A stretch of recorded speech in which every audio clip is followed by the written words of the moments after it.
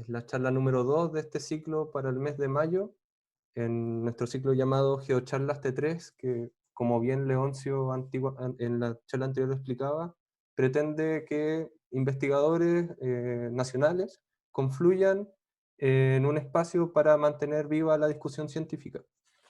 Mi nombre es Javier Ojeda, soy actualmente estudiante de doctorado en la Universidad de Chile, y junto a Leoncio Cabrera, que fue el moderador la semana pasada, y Catalina Morales, decidimos crear este espacio para que investigadores jóvenes dieran a conocer sus trabajos. En esta oportunidad tenemos el agrado de tener a Matías Carvajal. Matías Carvajal es candidato a doctor de la Universidad de Concepción e investigador del núcleo Milenio Cyclo.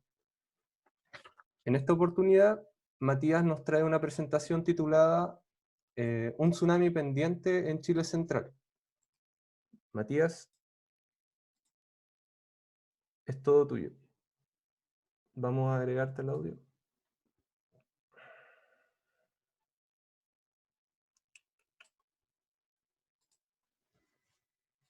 Ahora sí. Gracias, Javier. ¿Me escucha ahí? Sí, todo bien. Ya. Un segundo. ¿Ven la pantalla? Sí. ¿Puede verla? Ya. Sí. Ya, pues. Estamos. Muchas gracias, Javier. Bueno, primero quería darle las gracias por la tremenda iniciativa que se mandaron ustedes tres. Yo creo que esto, en realidad, una muestra de cómo se puede aprovechar en hacer cosas, en realidad, en momentos de crisis como los que estamos viviendo. Voy a comenzar, pues les voy a hablar un poco de algo que hemos estado haciendo bueno, en el marco de mi tesis de doctorado en la Universidad de Concepción, donde estoy haciendo, y habla sobre el potencial de un tsunami, un gran tsunami en el futuro cercano en la zona central del país, de hecho la más poblada, al cual le llamamos Chile metropolitano. Quería comenzar en realidad con los mensajes, para que sepan al tiro para dónde va la micro. Básicamente el hallazgo científico dice que la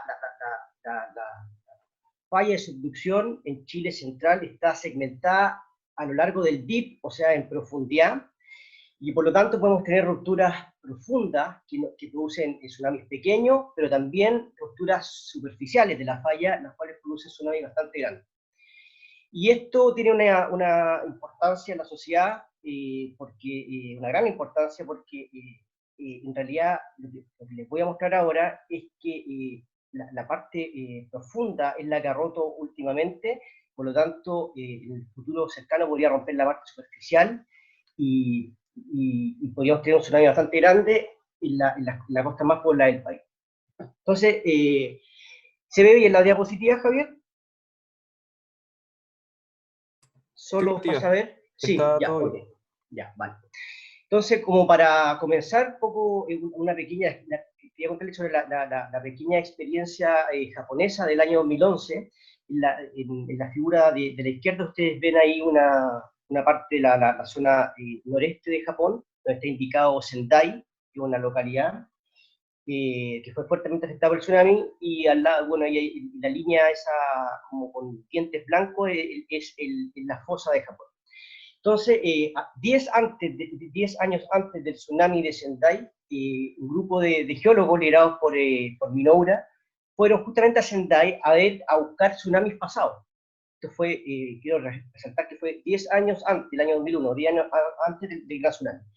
Y ellos hicieron un hoyo, básicamente unos 4 kilómetros tierra adentro, y encontraron varias capas de tsunami que lo asociaron a tsunamis que ocurrieron en los últimos 5.000 años, en los últimos, en realidad, par de miles de años, y se dieron cuenta que las capas en realidad habían sido producidas por tsunamis que se repetían cada más o menos 1.000 años, entre 800 y 1.100 años.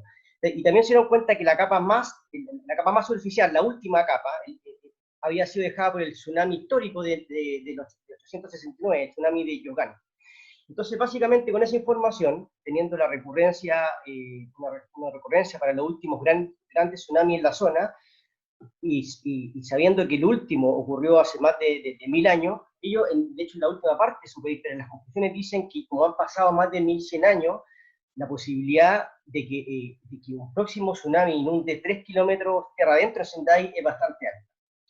Por otro lado, los mapas de inundación justamente en Sendai mostraban que el tsunami no podía llegar más allá de 1 kilómetro tierra adentro. Y básicamente ese mapa se basaba en lo que les voy a mostrar ahora. Antes del 2011, la seismicidad en esta parte, que se ve con puntitos negros en la figura de la izquierda, estaba ocurriendo en la parte profunda, estaba concentrada en la parte profunda de la falla. Al mismo tiempo, en la parte profunda de la falla, también se habían concentrado la ruptura histórica que está marcada en estos polígonos azules con blanco, a excepción de uno que está ahí al norte, que ocurrió bastante cerca de la fosa para el terreno. Pero la sismicidad esta era profunda, la ruptura histórica se concentraba en la parte profunda de la falla, y también los GPS mostraban que la parte acoplada de la falla, y que por lo tanto se pensaba la que podía romper en un futuro cercano ahí, era la parte profunda también, que está indicada con estos contornos de color verde. Sin embargo, el tsunami del 2011, como muchos de ustedes deben saber, rompió la parte superficial, como que rellenó ese espacio. Y no solo rompió la parte superficial, sino ahí liberó más de 50 metros de slip, altamente tsunamigénico.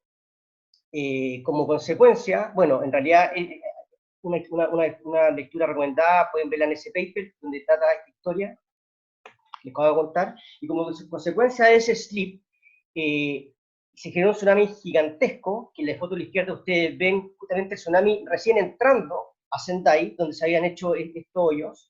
De hecho, ahí es como 1 kilómetro de inundación, y en verdad ahí Sendai fue afectado por inundación de 5 kilómetros tierra adentro, con alturas de 20 metros de tsunami.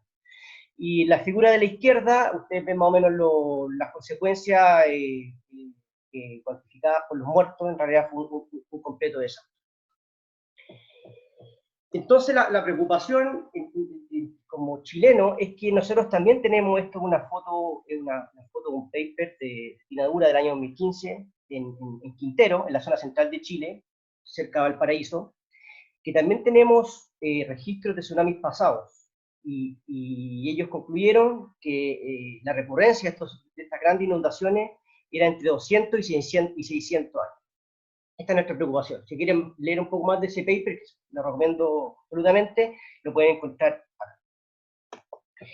Entonces, Chile Central, o Chile Metropolitano, como le llamamos en este trabajo, es el que está básicamente entre las zonas de ruptura del 2015 por el norte y la zona de ruptura del 2010 por el sur. Y es Chile Metropolitano porque es ahí donde se encuentra la costa más poblada del país. Y también está Santiago, ¿cierto?, que concentra casi la mitad de la población del país. Pero la zona que está expuesta a tsunami está bastante poblada y se concentra en esta zona. El terremoto del 2010 y el 2015, bueno, como ustedes saben, concentraron su slip costa afuera, y por lo tanto generaron cambios en la costa, deformaciones, entre comillas, permanentes en la costa, no tan grandes. En algunas partes hubo levantamiento, en otras partes hubo subsidencia en la costa principal. Y por el hecho que hayan concentrado su slip en la zona superficial, hizo también que generara unos tsunamis bastante grandes. De hecho, ahí se muestran los tsunamis para el 2010 en el sur y para el 2015 en el norte. El 2010 las alturas de tsunami y los RANAP fueron alrededor de incluso más de 20 metros, y para el 2015 más de 10 metros. Entonces, en este sentido, hay un tsunami gap, que le llamamos nosotros. Hay un gap, falta un tsunami en la parte que está entre medio de estas dos. ¿Cierto? Ocurrió uno al sur, después uno al norte, y la zona central en realidad no ha sido afectada por un tsunami, al menos en lo que nosotros recordamos. Yo les quiero mostrar acá que este tsunami gap, o esta brecha de tsunami, se hace muy importante y también preocupante cuando uno revisa las historias de terremotos y tsunamis pasados en esta zona. Entonces, los últimos terremotos desde el año 1730 son los de 1730, que más de alguno lo debe conocer, 1822, 1906 y 1985. Existen otros terremotos grandes, anteriores a 1730, pero no están incluidos acá porque primero no sabemos muy bien su magnitud, segundo porque algunos tienen ya, estarán el chat, tengo que, un segundo. No, disculpe. Por ejemplo, el terremoto de 1647, que de hecho su aniversario fue el día de ayer, el 13 de mayo, de hecho todavía no se sabe si rompió el contacto entre las placas o rompió dentro de una de las dos placas. Pero en realidad, más importante que eso, aquí les quiero hablar de los terremotos que han ocurrido desde 1630 en adelante. Por ejemplo, también tenemos un terremoto que no es menor, que ocurrió en 1971, que más de algunos se va a acordar, pero ese terremoto en realidad comparado con los que están acá fue un poco menor y por eso no está incluido en esta serie. Entonces, lo que muestra la figura de la derecha son los daños en los edificios con características similares, con características constructivas similares. Claramente, cuando uno compara los daños generados por estos 4 terremotos, se da cuenta que abarcaron longitudes completamente distintas. De hecho, el terremoto de 1630 claramente se ve que fue un terremoto mucho más grande cuando uno lo ve en términos de daño, comparado, por ejemplo, con el de 1822 o el de 1985. Pero más importante que eso, para este trabajo, es que los terremotos generaron tsunamis de tamaños completamente distintos. De hecho, el único terremoto que pudo generar un tsunami grande fue el terremoto de 1630, que se ve ahí por los puntitos mucho más rojos comparado con los blanquitos que están ahí del otro terremoto. De hecho, en Concepción, acá abajo, en Penco, en realidad en esta Concepción, las crónicas históricas reportan que varios conventos se dañaron por el tsunami, de hecho, y dan descripciones bastante detalladas. Nosotros lo que hicimos ahí hace un par de años atrás, fuimos a Concepción, pusimos el mapa histórico sobre el moderno y localizamos los lugares que se habían inundado para 1730 y hicimos perfiles topográficos medio desde el nivel del mar para más o menos cuantificar o caracterizar el tsunami, el tamaño del tsunami en Penco. Y finalmente concluimos que el tsunami en Penco en 1630 fue sobre los 8 metros en algunos lugares y en general fue mayor al del 2010, al menos en esa zona. En Valparaíso, la parte central, también hay reportes, muy buenos reportes del tsunami de 1730. De hecho, cerca de donde hoy está la famosa iglesia de la Matriz, hay reportes donde está el convento de los Mercedarios, que hoy día es un colegio, y el convento de la Agustina. Hicimos lo mismo, fuimos a estos lugares a medir era como un post-tsunami survey, pero después de 300 años atrás, y fuimos a ver qué tan grande el tsunami 1630 fue en Valparaíso. Hicimos lo mismo, hicimos unos perfiles y nos dimos cuenta finalmente que el tsunami 1630 en Valparaíso tuvo una altura más o menos de 10 metros, lo cual no es menos. También ahí mi profesor hace ya varios años, casi 10 años, encontró un depósito de tsunami cerca de Valparaíso, como 40 kilómetros más al norte de Valparaíso, en la vía de Quintero.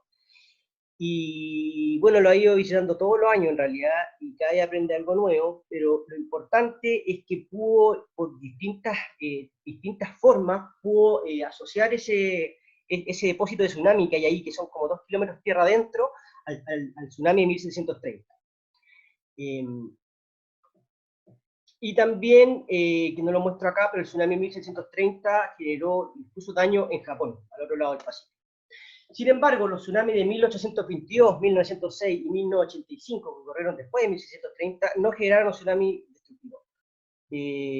Incluso cuando la zona, mapa histórico y crónica, incluso fotos acá, muestran que la costa está bastante poblada, la costa cercana en realidad ahí, al lado de la agüita, está bastante poblada y aún así no hubo ningún reporte de un tsunami grande y tampoco de daño. Sí hubo reportes de daño por el terremoto y también por los incendios, pero nada por el tsunami. Y hay tsunami, registros instrumentales de tsunami que nos confirman en el Pacífico, en Japón, en Hawái y en otras zonas, que nos confirman que de hecho el tsunami de 1906 y el de 1985 fueron pequeños. Aquí hay una comparación entre los tsunamis de 1906, 1985 y el 2015 en Fujimoto, en Japón, y se ve que son un poco más chicos. Bueno, en realidad, aunque se vea que esta diferencia sea pequeña en realidad, esa diferencia te está diciendo que en realidad los dos tsunamis de Chile Central fueron bastante más chicos del de 2015. Y eso, por ejemplo, se puede ver cuando uno compara el registro del de 1985 instrumental en Valparaíso con el del 2015 también en Valparaíso, que corrió más al norte. Claramente el del 85 fue mucho más pequeño. Y esto, bueno, lo pueden ver, esta relación entre la magnitud de un terremoto y los tsunamis de campo lejano, la pueden ver aquí en este registro.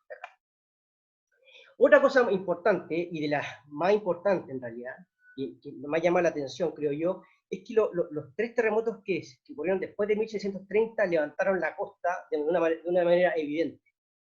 Tanto de 1822 como el de 1906 y 1985, y levantaron distintas extensiones de costa. Por ejemplo, para el 1822 estaba la famosa María Graham, donde ahí hizo también ahí fue a revisar la costa justamente después del terremoto, para ver qué había pasado, y se dio cuenta que rocas grandes que antes estaban debajo del mar, o salían poco, después estaban absolutamente fuera del mar. Se dio cuenta que la línea costa había retrocedido, y todo esto indicando que la costa se había lanzado más o menos entre 3 y 4 pies, o sea, más o menos 1,2 metros. Lo mismo para 1906 y para 1985.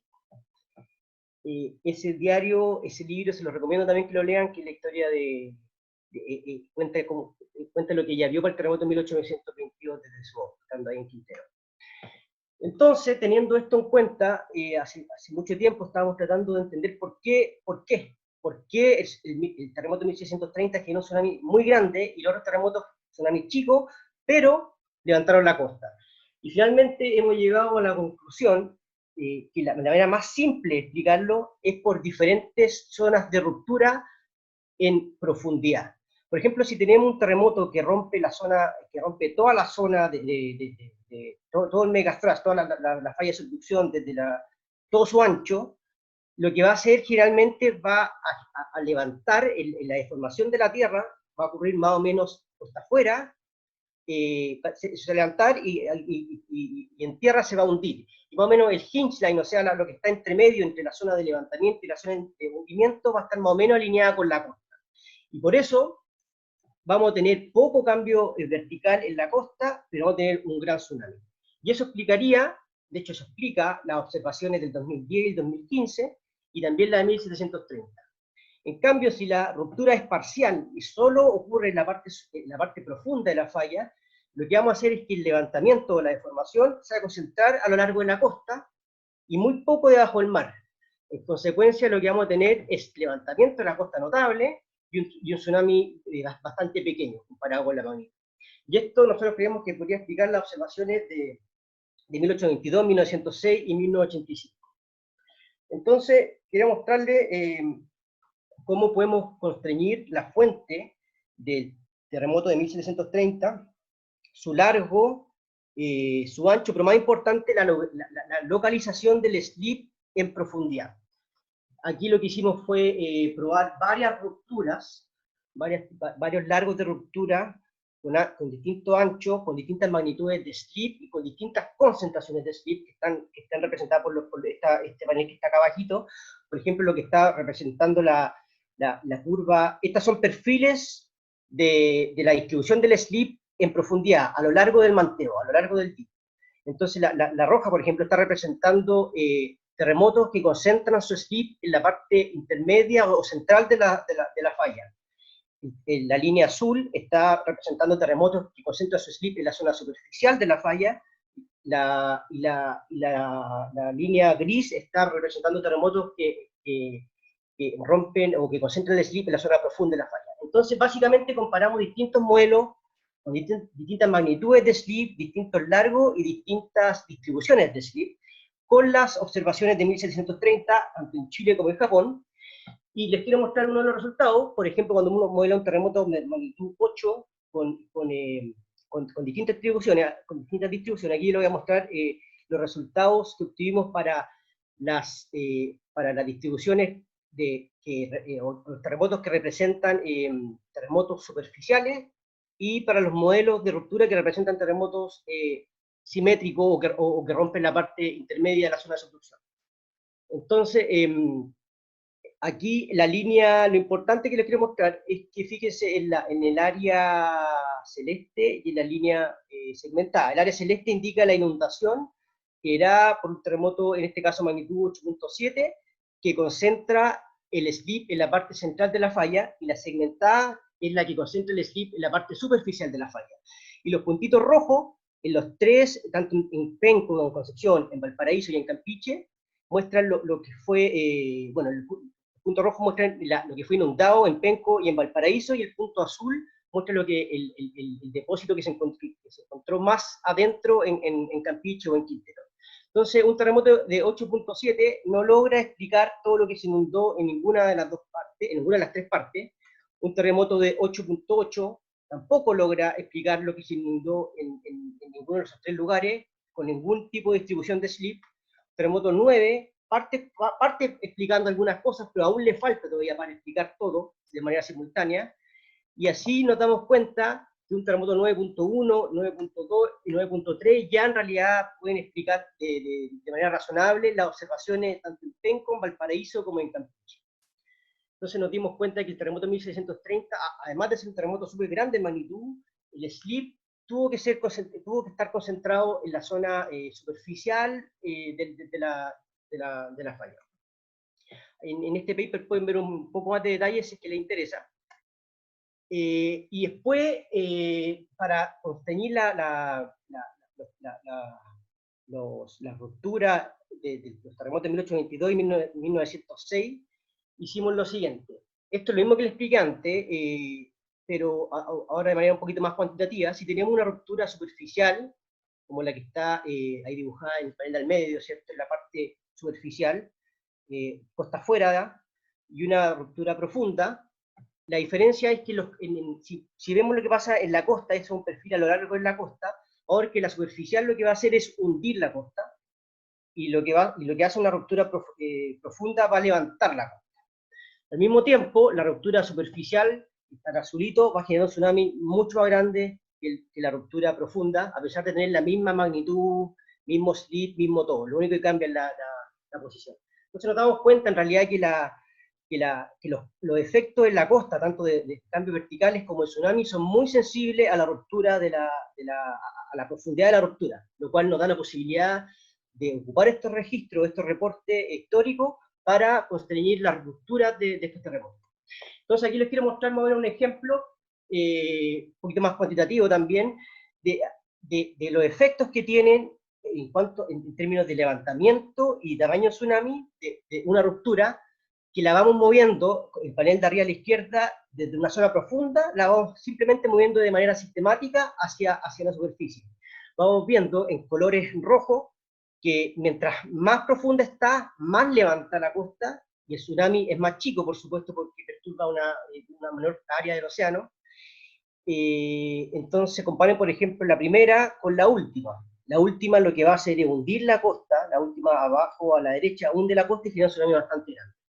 También probamos, no solo con este cambio, como movimiento sistemático de la ruptura en profundidad, también lo que hicimos fue fijar el límite de la ruptura, el límite down dip, y fuimos incrementando el ancho. Por ejemplo, acá todas las rupturas tienen el mismo límite down dip, pero lo que se va haciendo es aumentando el ancho para ver qué va pasando. Y por supuesto, como el límite de down dip está fijo, todas van a levantar la costa, pero los tsunamis que ellos van a producir son bastante distintos. Entonces, un terremoto confinado en la parte más profunda va a generar un tsunami muy chico comparado con un tsunami más ancho, como el que está abajo a la derecha, que va a afectar más el fondo marino y va a generar un tsunami más grande.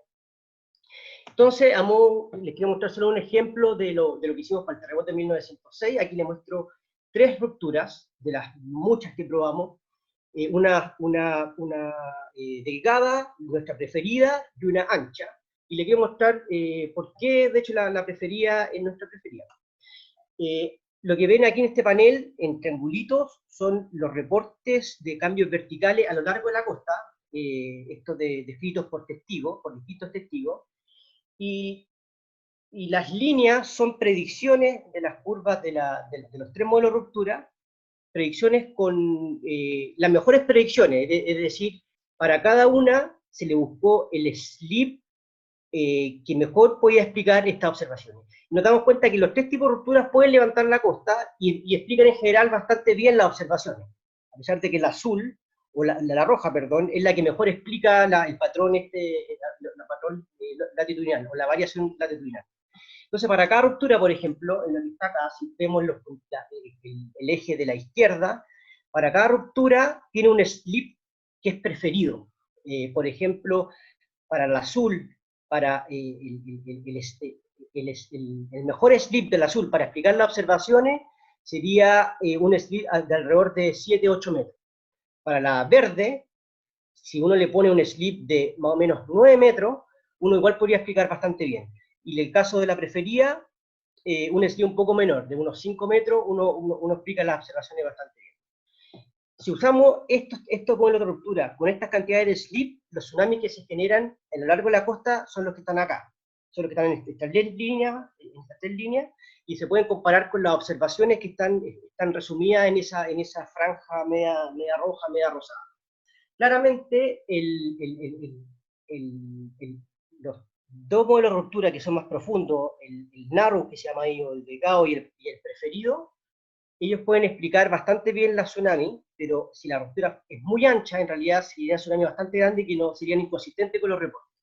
Entonces hicimos un mismo análisis sistemático con varias rupturas, y nos dimos cuenta finalmente, sin entrar en detalle a esto, es que si la ruptura, el límite superior de la ruptura, el límite superficial de la ruptura es demasiado somero, es sobre 30 kilómetros, en realidad el ajuste que hay entre cambio vertical y tsunami es bastante malo. Entonces finalmente concluimos que la ruptura tenía que ser profunda y calculamos ciertos rangos de slip razonables para cada ruptura. Aquí ver si quieren ver cómo, quieren saber más cómo generamos este modelo de ruptura con variaciones de slip, along strike, y en profundidad pueden realizar este paper buenísimo. Por ejemplo, este es el resultado de nuestro modelo de ruptura preferido para 1822, alrededor de 200 kilómetros de largo, concentrado en la parte profunda, que es la parte importante de este estudio, lo que le quiero mostrar, y el slip anduvo el slip máximo entre 5 y 10 metros, en este caso como 7 metros, y un terremoto así, lo que hace en realidad es explicar bastante bien lo que se reportó en Quintero. En Quintero se reportó 1,2 metros de levantamiento, en Valparaíso 1 metro, que están indicados en rojo. Este modelo predice valores bastante similares en Quintero y en Valparaíso. Al mismo tiempo, el tsunami que genera este terremoto, este modelo, es bastante similar o consistente a lo que se reportó, de hecho, localmente en Valparaíso, donde María Graham y en realidad los marinos que estaban ahí, arriba de los botes, reportaron que el mar subió repentinamente después del terremoto y después bajó considerablemente, incluso dejando las embarcaciones en seco. Y después el mar no volvió otra vez a inundar y quedó más bajo lo normal. Entonces, este modelo de ruptura preferido en 1822 puede explicar todas las observaciones que hemos podido recopilar. El caso de 1985 es un poco más simple porque tenemos registros instrumentales. En este caso tenemos cambios verticales a lo largo de una línea topográfica, que está ahí en la figura de la izquierda, que va desde San Antonio, pasando por Casablanca hasta Santiago. Sabemos más o menos lo que pasó. Y también tenemos registros instrumentales del tsunami, en Valparaíso, en Talcahuano, en Coquimbo y más hacia el norte. Entonces aquí lo que hicimos fue una inversión simple, formal me refiero a una inversión formal, para calcular el slip y la fuente del terremoto de 1985. Y los resultados son estos, nos dio un terremoto también profundo, con slip bastante pequeño.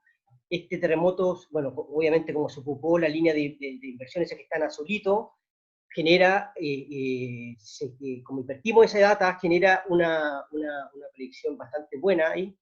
Pero lo más interesante es que si uno compara los resultados de la inversión y hace modelos directos de tsunami, se da cuenta que el ajuste con las observaciones, con los mariogramas en Talcahuano, en Valparaíso, en Coquimbo y más hacia el norte, es bastante bueno. De hecho, ahí en azul es el registro instrumental y en rojo es la predicción del modelo, que no usó los tsunamis para la inversión.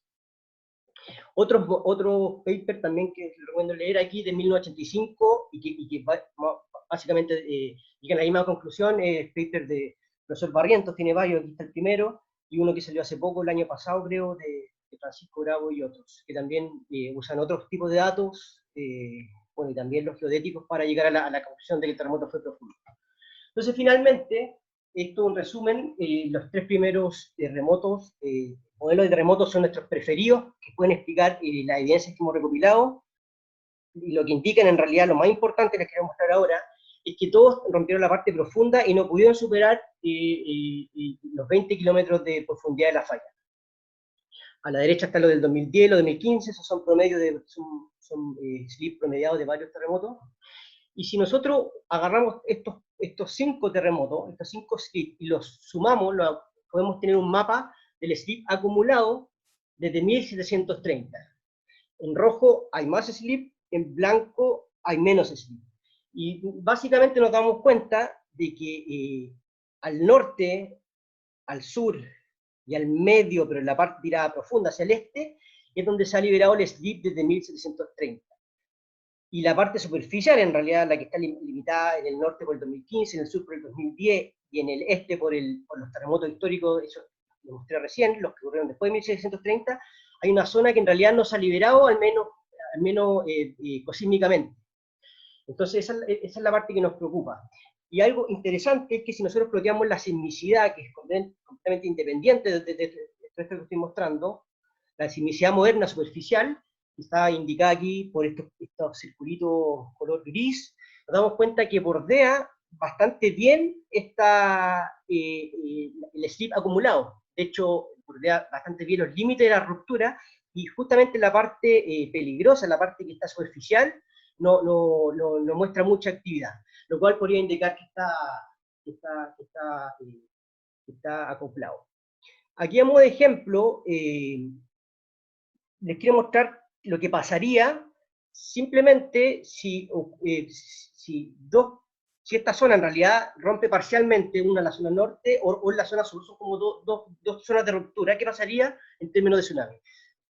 Entonces, si los modelos asumiendo 10 metros de slip y 20 metros de slip para estos dos tipos de parches de ruptura, lo que generamos en tsunami en la costa sería lo siguiente, esto que está acá. Entonces los tsunamis a lo largo de la costa, comparados con lo modelado para el 2010 en negro y para el 2015 en azul, nos damos cuenta que si estos parches rompen con 20 metros de slip, incluso se rompen con 10 metros de slip, los tsunamis serían comparables a los del 2010, pero más importante aún que estas grandes amplitudes estarían frente a la costa más poblada del país. Entonces, si nos queremos ir localmente, por ejemplo, ahí a Valparaíso, ¿qué pasaría, por ejemplo, con el escenario norte? Es lo que tenemos acá. Esto sería la forma del tsunami, la onda del tsunami en Valparaíso, de unos 7-8 metros. Y lo interesante que está acá es que si esto lo comparamos con las predicciones que tenemos para los otros terremotos y con las observaciones que tenemos de otros tsunamis también, es que sería un tsunami, lo que podríamos tener en un futuro cercano sería un tsunami en Valparaíso al menos bastante similar a lo que ocurrió en 1730, y mucho más grande que lo que ocurrió en 1822, 1906, 1985, incluso el 2010 o el 2015, ahí mismo en Valparaíso. Entonces, ese sería como el efecto local, lo que podríamos esperar en Valparaíso. Y si queremos verlo, por ejemplo, en Viña, o de una manera quizás no tan puntual, más espacial, acá está la vía de Valparaíso, les quiero mostrar lo que pasaría con esos dos escenarios en el puerto principal de Chile, que es Valparaíso, que está a la izquierda, y con la ciudad Viña del Mar, que ustedes todos la conocen, ¿cierto? La ciudad más poblada costera de Chile. Y lo que hacemos, bueno, en realidad son los resultados para el escenario norte. Es como si se rompiera la parte norte de la zona que la roto desde 1630, con 20 metros de slip, esto es lo que obtendríamos. En realidad, ni siquiera vale la pena describirlo, ¿cierto? En realidad la inundación sería tremenda. Y uno podría decir, en realidad esto es una locura, pero esto es Viña del Mar hoy día, ¿cierto? Sin un tsunami. Y nos damos cuando uno ve otra experiencia, no de hace 10.000 años atrás, sino hace 10 años atrás, en Japón, por ejemplo, un lugar que estaba un poco arriba, al norte de Sendai, que es bastante parecido a Viña, después del tsunami, esa zona en realidad quedó completamente inundada, entonces eso que está ahí no es una locura, eso que estamos diciendo no es una locura, eso puede ocurrir y en realidad ocurrió el 2010 en algunos lugares, el 2011 en Japón, esa foto que está ahí, ocurrió el 2004, ¿cierto?, en el Océano Índico. Entonces la posibilidad de un tsunami en Viña del Mar, que inunde todo Viña del Mar, en realidad no sería una locura. Y por último quería mostrarle algunas implicancias que tiene esto, por ejemplo, en la evacuación. Si uno está en el casino, si alguno ha ido al casino de Viña del Mar, la ruta oficial que tiene que seguir, puesta por la municipalidad en realidad, por la municipalidad, es la línea que está roja. Lamentablemente uno no puede cruzar el estero ahí, porque hay un cerro que está ahí, pero uno puede cruzar el estero porque nunca es recomendable cruzar el estero después de un terremoto, por distintas razones.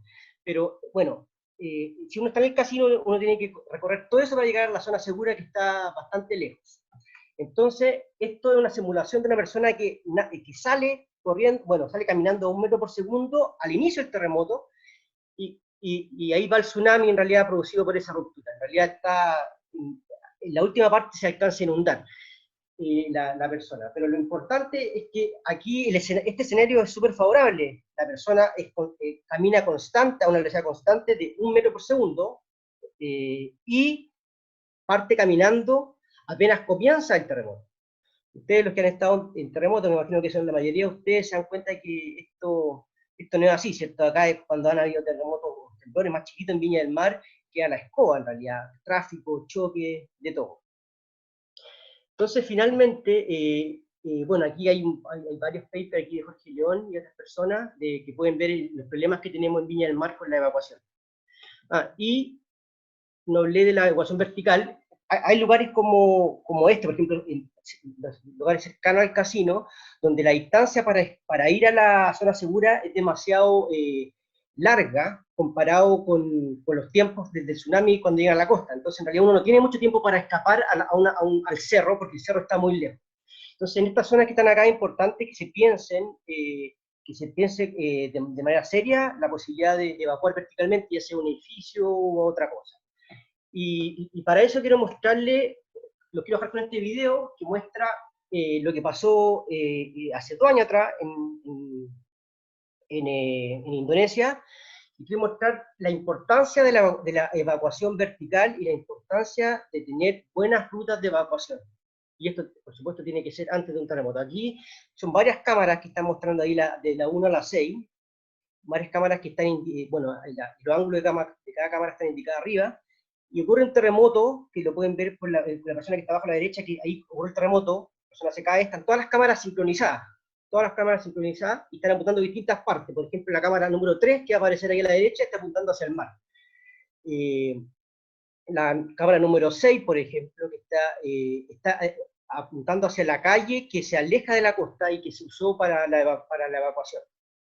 Lo importante acá es que, bueno, este terremoto ocurrió el 28 de septiembre del 2018 en Palu, la isla de Sulawesi, en Indonesia, y fue un terremoto de magnitud 7.5, bien interesante la forma de ruptura del terremoto.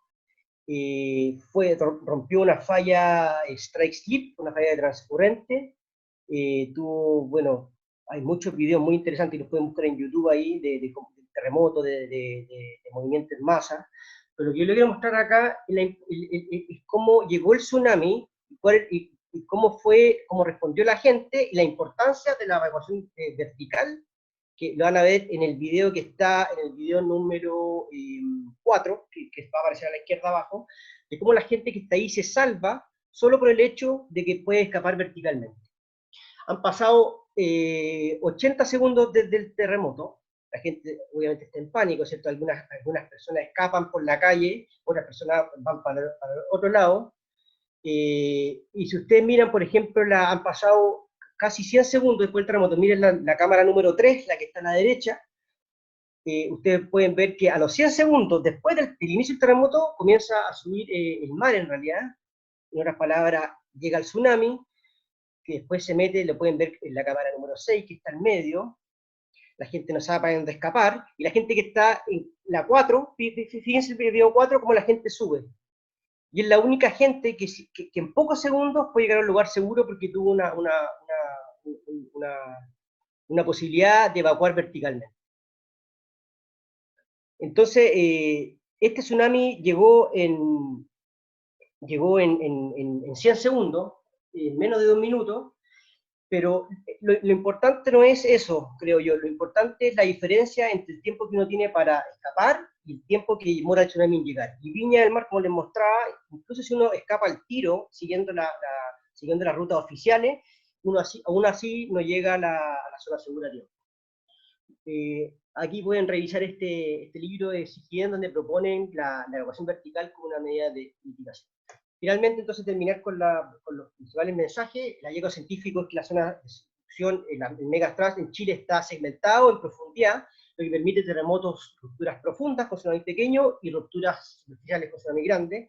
Y la importancia, en realidad, es que hemos encontrado, en realidad, que hay un tsunami gap frente a una falta de tsunami, un tsunami pendiente en Chile central, y que hay cosas que tienen que revisar, por ejemplo, los planes de evacuación. Eso es todo. Gracias. Gracias, Matías, por tu interesante y didáctica presentación. Aprovecho de comentarle a los participantes que estamos recibiendo preguntas por el chat. A medida que las vayan escribiendo, yo se las pregunto a Matías y él las responde. Entonces, tenemos un par acá. Hugo Sánchez pregunta, bueno, primero agradece tu presentación. Le gustaría saber si en todos los modelos de fuente que probaste, la velocidad de ruptura fue considerada o no. Si no, ¿crees que esta característica de la fuente influiría en tus resultados? ¿Qué tanto y cómo? Gracias, Hugo. No. Aquí todos los modelos de ruptura asumieron que en realidad que la desnivelación de la superficie del mar fue de manera instantánea. Y hemos hecho algunas pruebas, no acá, con velocidades de ruptura razonables, en el sentido de las similares a las que se han observado en otros lugares, y no cambia mucho los resultados. Hay estudios que muestran que si la ruptura es demasiado lenta, sí los tsunamis van a ser distintos en términos de amplitud. Pero más allá de eso, yo creo que lo importante es que el tsunami en 1630, demostrado por lo que pasó en Chile, por los reportes que hay, y lo que pasó en Japón, fue un terremoto que fue muy tsunamigénico, que era un tsunami enorme, de eso no hay duda.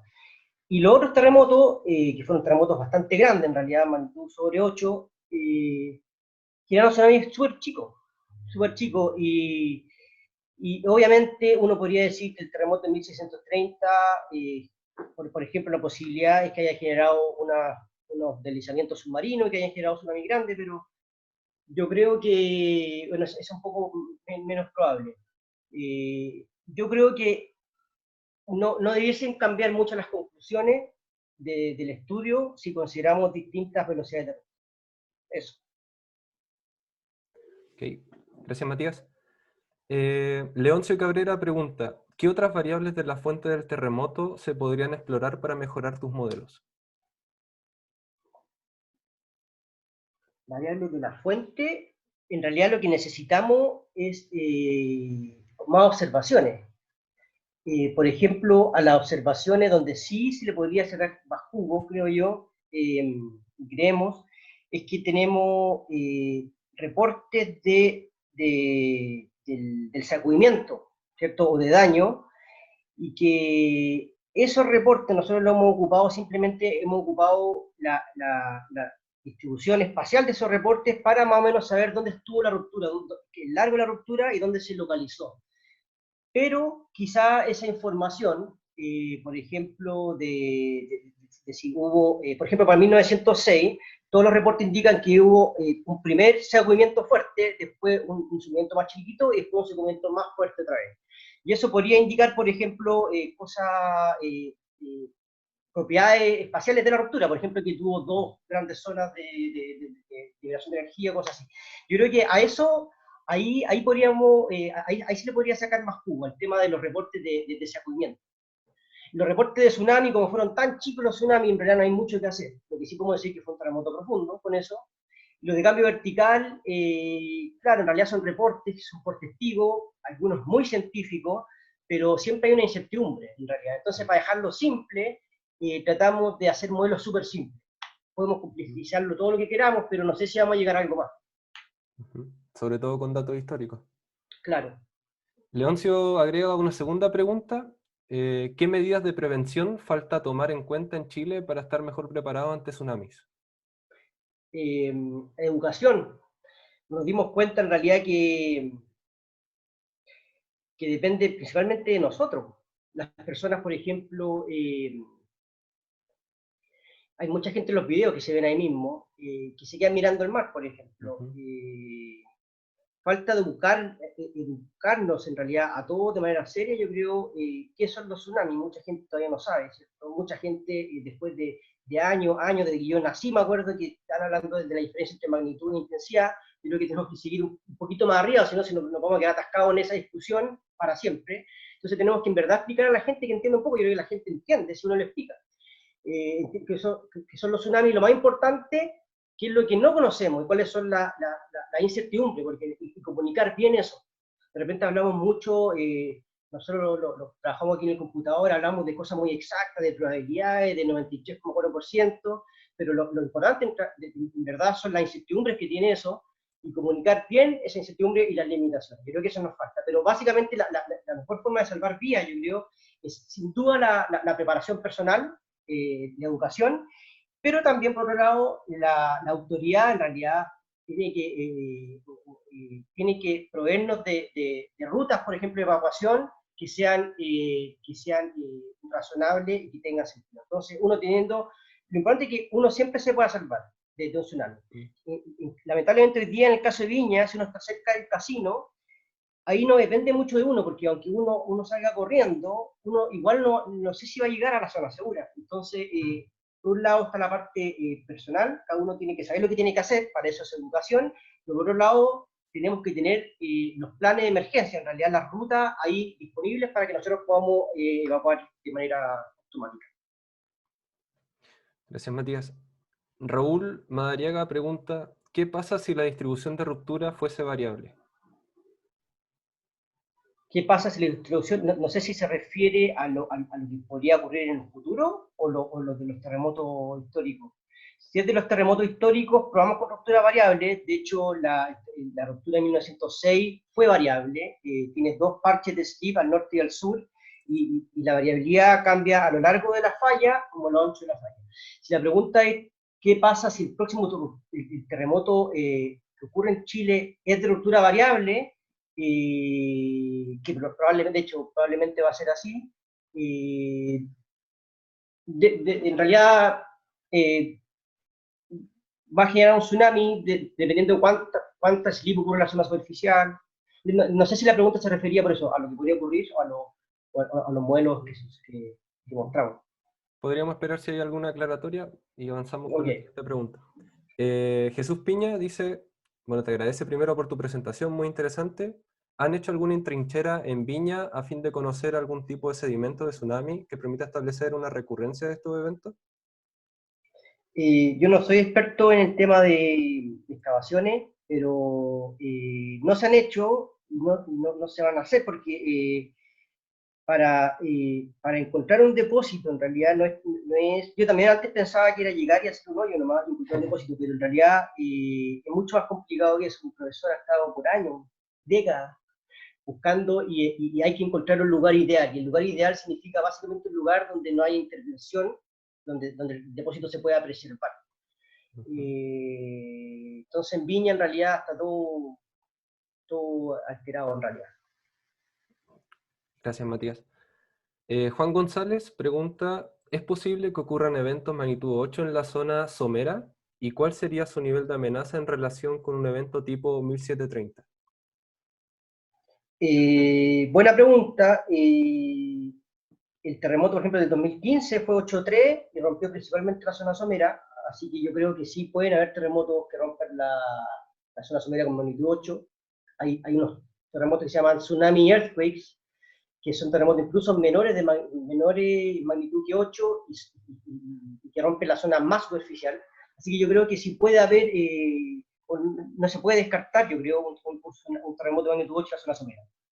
Y los efectos, traté de mostrarlo ahí, uno de los escenarios, que en realidad que mostraba todas las animaciones, era un terremoto de magnitud 8, 8,3 con 20 metros de slip, pero si uno le quita un poco de slip puede llegar a 8, el caso de ese mismo hace una ruptura con slip de 10 metros, 10 metros máximo, y genera un tsunami bastante grande. Localmente, comparado con 1630, es una muy buena pregunta, y en general uno siempre piensa, cosa que es cierto, pero no es tan cierto, que mientras más grande el terremoto, más grande el tsunami. Eso es verdad, pero también lo importante es dónde rompe el terremoto, si es más superficial o más profundo.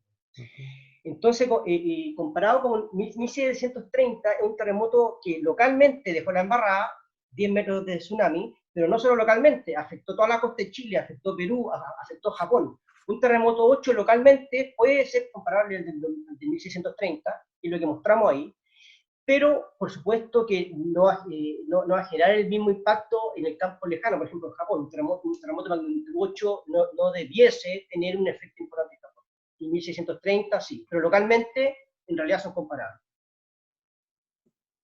Gracias, Matías. Henry, te felicita por tu presentación. Le gustaría preguntar en qué grado podría impactar la incertidumbre de las deformaciones que utilizas como dato inicial en el modelo de predicción del tsunami. Un montón. De hecho, el tsunami depende absolutamente de la deformación inicial. Y la deformación inicial depende, bueno, con ciertas suposiciones, depende del slip. Entonces, si uno cambia la deformación inicial, el tsunami va a cambiar. Sí, la condición inicial es muy importante. Si pregunta por cómo abordamos los terremotos históricos, usamos modelos simples, pero relativamente realistas, y probamos distintas denivelaciones iniciales, y finalmente no cambian mucho las conclusiones. La conclusión de que el terremoto fue profundo. Para los escenarios que mostré 2 escenarios futuros posibles, son 2 de infinito escenario, entonces en realidad esos 2 consideran una denivelación, una condición inicial, pero otras posibilidades, otros escenarios tienen otras deformaciones y van a considerar otros escenarios. Vamos a hacer las últimas 2 preguntas. Sebastián Carrasco te agradece. ¿Es posible identificar previamente zonas en el talud continental que sean propensas a deslizar durante el terremoto, con lo cual se aumentaría el potencial de tsunami? ¿Podrías incluirla en un eventual modelo? Sí, zonas del talud que sean propensas a deslizar, me refiero, pensando Sí. como un movimiento en masa, eso me imagino. Me parece también que es como algo landslides. Claro, claro. Yo la verdad no sé, no soy experto en eso. Yo creo que el tema de los landslides es bien complicado porque no sabemos, es difícil identificarlo. Uno puede identificar algunas zonas más propensas, pero en realidad no significa que con eso abarquemos todas las posibilidades.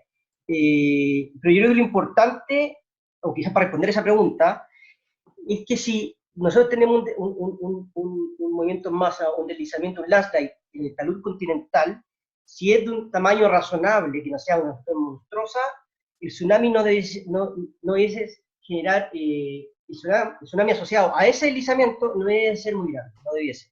Obviamente, si el deslizamiento, si el landslide es enorme, por supuesto que el tsunami sería mucho más grande. Sí, pero no sé, es una buena pregunta. Gracias, Matías.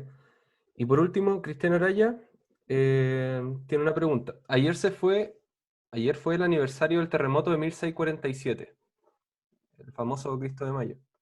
A propósito de lo mismo, según tu análisis de terremotos profundos con tsunamis pequeños, ejemplo 1822-1906, Está totalmente descartado que el terremoto de 1647 fue un terremoto profundo interplaca, precursor de 1730. Gracias, Cristian, amigo, por la pregunta.